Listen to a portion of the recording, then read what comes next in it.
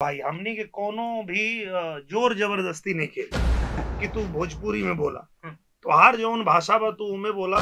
मराठी लोग भी देखा था, गुजराती भी देखा था, पंजाबी भी देखा था, तेलुगु, तमिल, कन्नड़, बहुत हिंदुस्तान के कोना कोना में लोग हमनी के देखा था। बड़ा सपना रहे हमनी के भी और दर्शक लोग के भी कि भोजपुरी में ऐसा फिल्म बनो जो मल्टीप्लेक्स में देखल जाओ। भोजपुरी को लेकर एक मिथ या कुछ चीजें ऐसे प्रचलन में है कि नहीं यार, वहाँ पे कंटेंट नहीं होता, गाने बहुत ज्यादा होते, कहानी कोई ऐसी नहीं होती। ऐसा नहीं लगना चाहिए कोई अंग्रेज खेत में उतर गया है, उसको भी लगना चाहिए हाँ ये भी धूल माटी वाला आदमी है। कि मैं एकदम साधारण कद काठी का और एकदम साधारण दिखने वाला व्यक्ति हूँ, जो जिस किरदार को निभाने के लिए मुझे कहा जाता है मैं उसी में ढल जाता हूँ। मतलब जी जाते हैं कि अकेला चना भाड़ नहीं फोड़ता है।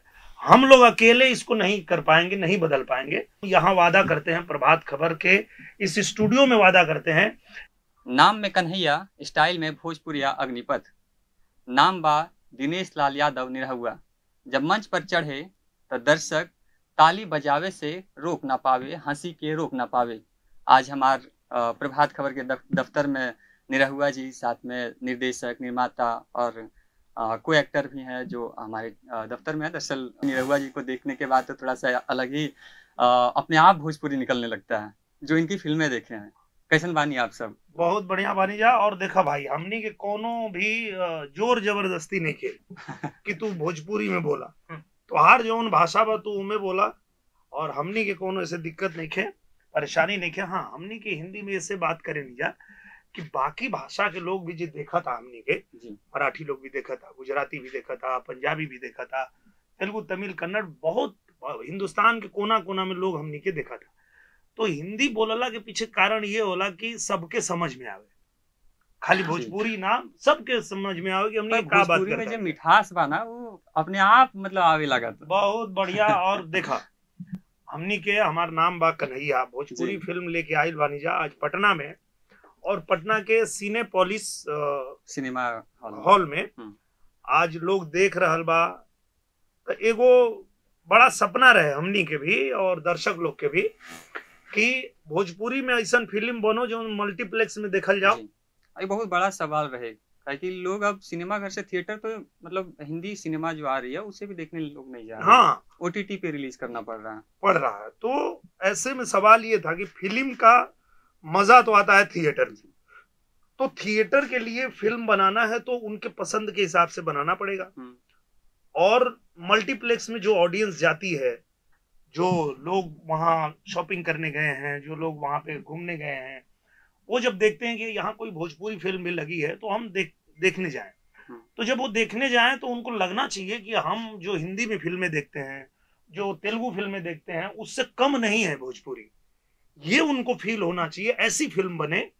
तो इस फिल्म को बनाने का बीड़ा उठाया मुकेश भैया ने, मैं धन्यवाद देता हूँ मुकेश भैया। शुक्रिया के पात्र हैं भी आपने। मतलब कैसे प्लान किया? क्योंकि भोजपुरी में ऐसा ही कहा जाता है कि नयापन लोग एक्सेप्ट नहीं करेंगे, ये बड़ा सवाल होता है। तो आपने कैसे प्लान किया कि मुझे ये करना है? काफी खर्च भी आता है फिल्म बनाने में। इसमें डायरेक्टर साहब का बहुत बड़ा हाथ है। उन्होंने बोला था कि देख, पिक्चर सब लोग बना रहे हैं जी, हम लोग फिल्म बनाएंगे, और फिल्म ऐसी बनाएंगे कि फिल्म थोड़ी अलग हो बाकी सब चीजों से। ये फिल्म टाइम लग गई, नहीं तो पिछले साल ही आ गई होती। सर बिजी थे बहुत ज्यादा, हम लोग को टाइम थोड़ा लेट मिला। राजनीति भी एक अलग सफर है, लोगों के बीच भी रहना है। बिल्कुल, इसके लिए लेट हुआ, बट हमने फिल्म बनाई है और लोगों को ये नया जो पसंद आ रही है। मतलब कहानी बहुत अलग है, सस्पेंस है, थ्रिलर है, बैंक रॉबरी है, बिल्कुल इमोशनल, आपको इमोशन भी है, तरीके से दिखाया गया। हमारे डायरेक्टर साहब ने कहा ना कि जो जो चीजें चाहिए एक अच्छे सिनेमा के लिए वो सब कुछ उसमें है। ये नहीं है कि वो बात नहीं हो रही है पब्लिक की, एक गाना हुआ फिर एक गाना फिर एक गाना और सिर्फ गाना गाना आ रहा है, ऐसा नहीं है। अच्छी एक कहानी, थ्रिल, सस्पेंस, उसके बाद इमोशन, कॉमेडी, वो सारा तड़का है उसमें, सब कुछ एक साथ मिलेगा, संगम उसका मिल रहा है। और उसमें फिर जैसे समर भैया आ रहे हैं तो एक अलग ही तड़का लगा दे रहे हैं। आपका कैसा एक्सपीरियंस रहा फिल्म में दिनेश जी के साथ काम करते हुए? और साथ में निर्देशक साहब तो कई ऐसी फिल्में बनाने के लिए जाने ही जाते हैं जो एक साथ पारिवारिक फिल्में हो, एक साथ परिवार बैठकर सिनेमा घर में जहाँ भी वो फोन में देख रहे हैं एक साथ देख सकें।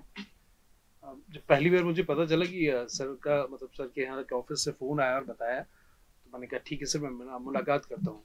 फिर सर का थोड़ा सा बायोडाटा मैंने देखा और लोगों से पूछा सर से, तो सर के बारे में पता, क्योंकि भोजपुरी को लेकर एक मिथ या कुछ चीजें ऐसे प्रचलन में है कि नहीं यार वहाँ पे कंटेंट नहीं होता, गाने बहुत ज्यादा होते, कहानी कोई ऐसी नहीं होती है। वो मुझे लगता है कि बाहर के लोग करते हैं, जो भोजपुरी को पसंद करते हैं ना, वो ऐसा नहीं करते। नहीं, कहानी को लेकर मैं कह रहा हूँ, कहानी आप कोई ऐसी कहानी पर तो थोड़ा सा आप ऐसी कोई कहानी बताएं कि आप अपने घर पे आराम से बैठ के सारे लोग देख रहे हैं, तो वो उस पे सवाल है कि बेहतर कहानी की बात मैं जवाब देता हूँ। हाँ। जो उन्होंने बोला बाहर के लोग हैं, जो सिनेमा के बाहर के लोग हैं वो काम करते हैं। जो सिनेमा वाले हैं ना, वो अपना तरह तरह का माँ को कभी गंदा कभी नहीं वो तो सिनेमा। मैं सभी से उम्मीद करूंगा कि सब अपनी माँ को उसी नजर से देखें जिस माँ अपनी माँ सिनेमा को देखते हैं। बिल्कुल।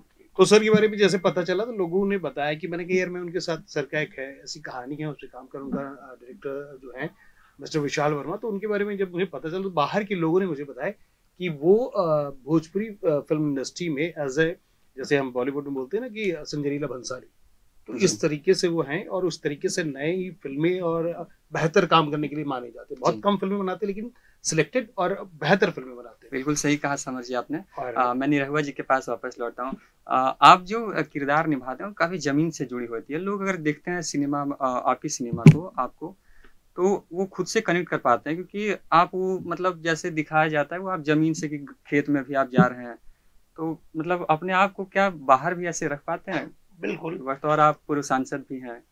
बिल्कुल। और मुझे लगता है ना ऑडियंस कनेक्ट भी तभी होती है जब आप ऐसा करें कि वो अपने आप को आपसे जोड़ पाए जी। जैसे चाहे वो एक किसान है तो किसान को भी लगना चाहिए कि भाई ये भी किसान है। ऐसा नहीं लगना चाहिए कि कोई अंग्रेज खेत में उतर गया है, उसको भी लगना चाहिए कि हाँ ये भी धूल माटी वाला आदमी है। अगर रिक्शा चलाए तो लगना चाहिए कि हाँ ये रिक्शा वाला ही लग रहा है भाई कोई। अगर गार्ड है तो लगना चाहिए कि हाँ कोई गार्ड ही है। तो ये तो सबसे बड़ी भगवान की मतलब देन है कि मुझे वो आशीर्वाद स्वरूप मिला है कि मैं एकदम साधारण कद काठी का और एकदम साधारण दिखने वाला व्यक्ति हूँ, जो जिस किरदार को निभाने के लिए मुझे कहा जाता है मैं उसी में ढल जाता हूँ, मतलब जी जाते हैं, और वो फिर जनता को पसंद आता है, लोगों का प्यार मिलता है। भोजपुरी संगीत पर एक सवाल रहता है कि संगीत मतलब तरह तरह के वो अपने प्रतिक्रिया रखते हैं, और कई हिंदी जो पुरानी जो गाने बने हैं वो आज भी लोगों को याद रहती है। आजकल ऐसे गाने नहीं बन रहे जो लोगों को लगातार वो याद रहे। आज चला ट्रेंडिंग में जब तक रहा तब तक उन्होंने देखा, चर्चा हुई, बाद में वो भूल जाते हैं, फिर वो नए गाने की तलाश में रहते हैं।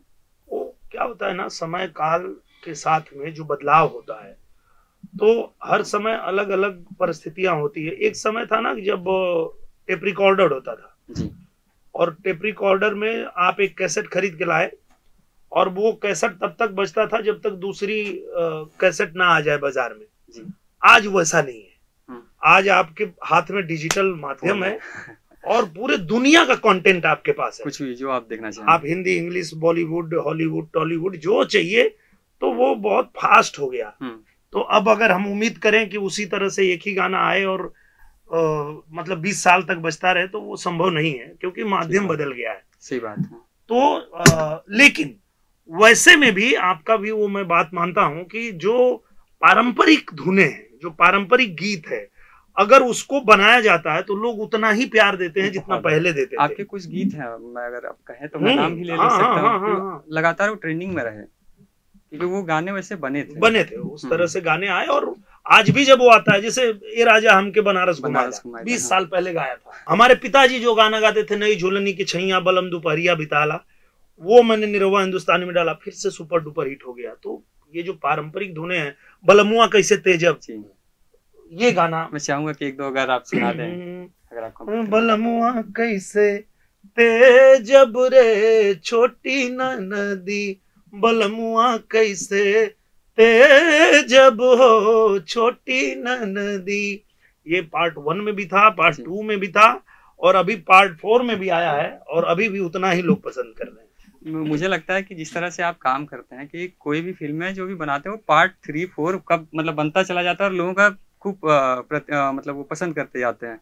अभी जो फिल्म नई आ रही है कि हमारा नाम बा कन्हैया, मुझे लगता है कि दर्शक इसे इतना प्यार करेंगे कि उसका सीक्वेंस बनाना ही होगा। वो लोग मांग रहे हैं कि इसका 2 पे आप लोग काम करिए, तो हम लोग यही कह रहे हैं, दर्शकों से कह रहे हैं कि भैया हम लोगों ने, पूरी टीम ने एक अच्छा प्रयास किया है कि हमारा नाम बा कन्हैया एक ऐसी फिल्म बनाई है जिसको पूरे परिवार के साथ आप मल्टीप्लेक्स में जाइए, देखिए, और एक नई शुरुआत हो रही है भोजपुरी सिनेमा की, अगर आपका साथ मिला। क्योंकि ये सच है कि अकेला चना भाड़ नहीं फोड़ता है, हम लोग अकेले इसको नहीं कर पाएंगे, नहीं बदल पाएंगे, पर अगर हमारे दर्शकों ने हमारा साथ दिया तो हम यहाँ वादा करते हैं, प्रभात खबर के इस स्टूडियो में वादा करते हैं कि आज हम 2 करोड़ 2.5 करोड़ की फिल्म बना रहे हैं।